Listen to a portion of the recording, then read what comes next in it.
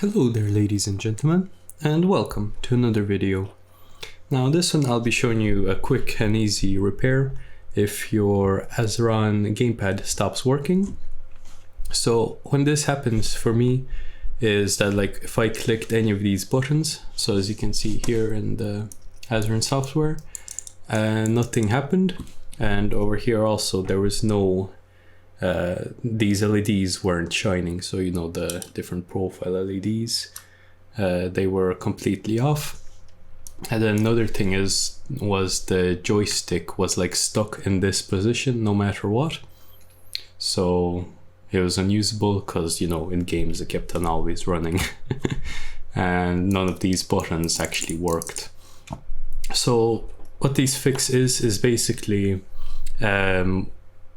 the boys who created this, they didn't solder the pins to the TNC microcontroller, so instead they kind of just screwed them in, which is great if you're, you know, replacing it, but I suppose this can happen, and if you aren't familiar with electronics or whatever, you wouldn't know what to do. You would assume that it's broken and send it back.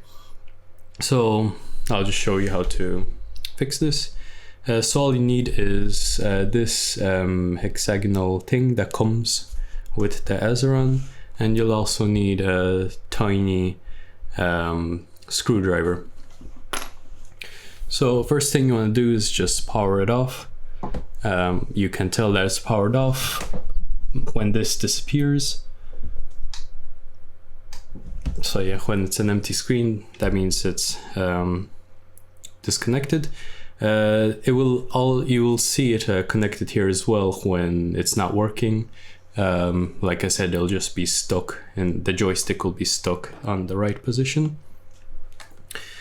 So anyway, what you want to do first is you want to flip it over, and you want to take out the 3 screws here.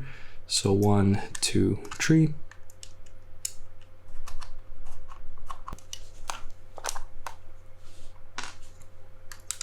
Alright, and then the last one, just make sure you hold it like this, because this whole top part is going to come off.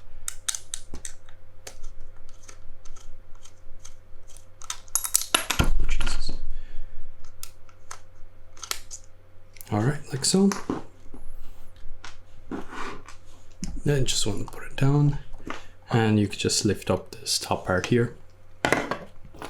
So yeah, in here, as you can see, it's using screws instead of soldering them in.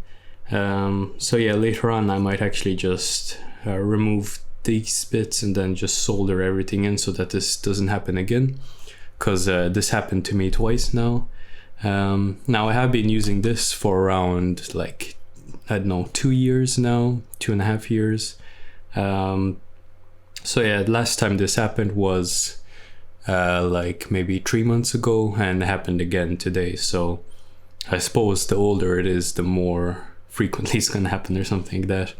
So anyway, what you want to do here is just literally go through every single connector here, including this one, and you just want to tighten them. So just tighten them as much as you can. Make sure you don't strip the thing as well, because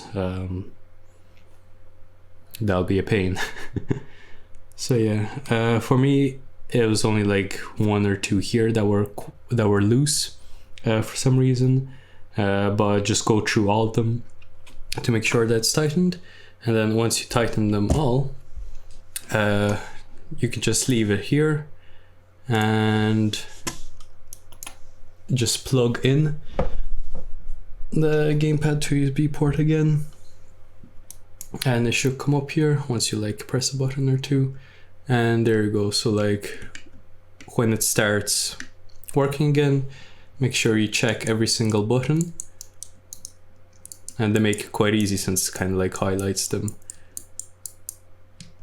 So I just go through each one, and joystick button as well, and yeah.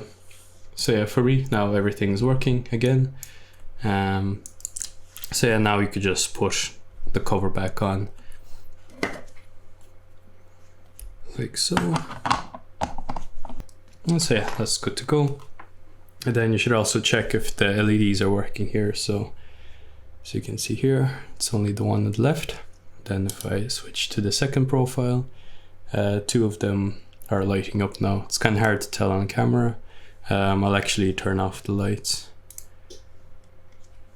Alright, that's a little bit easier now, yeah. So yeah, there we go. Let's check if those are working as well, because it might interfere. So yeah, what I found is basically that if any of these buttons stop working, the whole thing stops working. So yeah, it's kind of annoying that like you don't really know which button isn't working, but I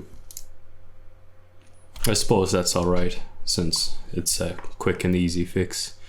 So yeah, thanks for watching and bye bye.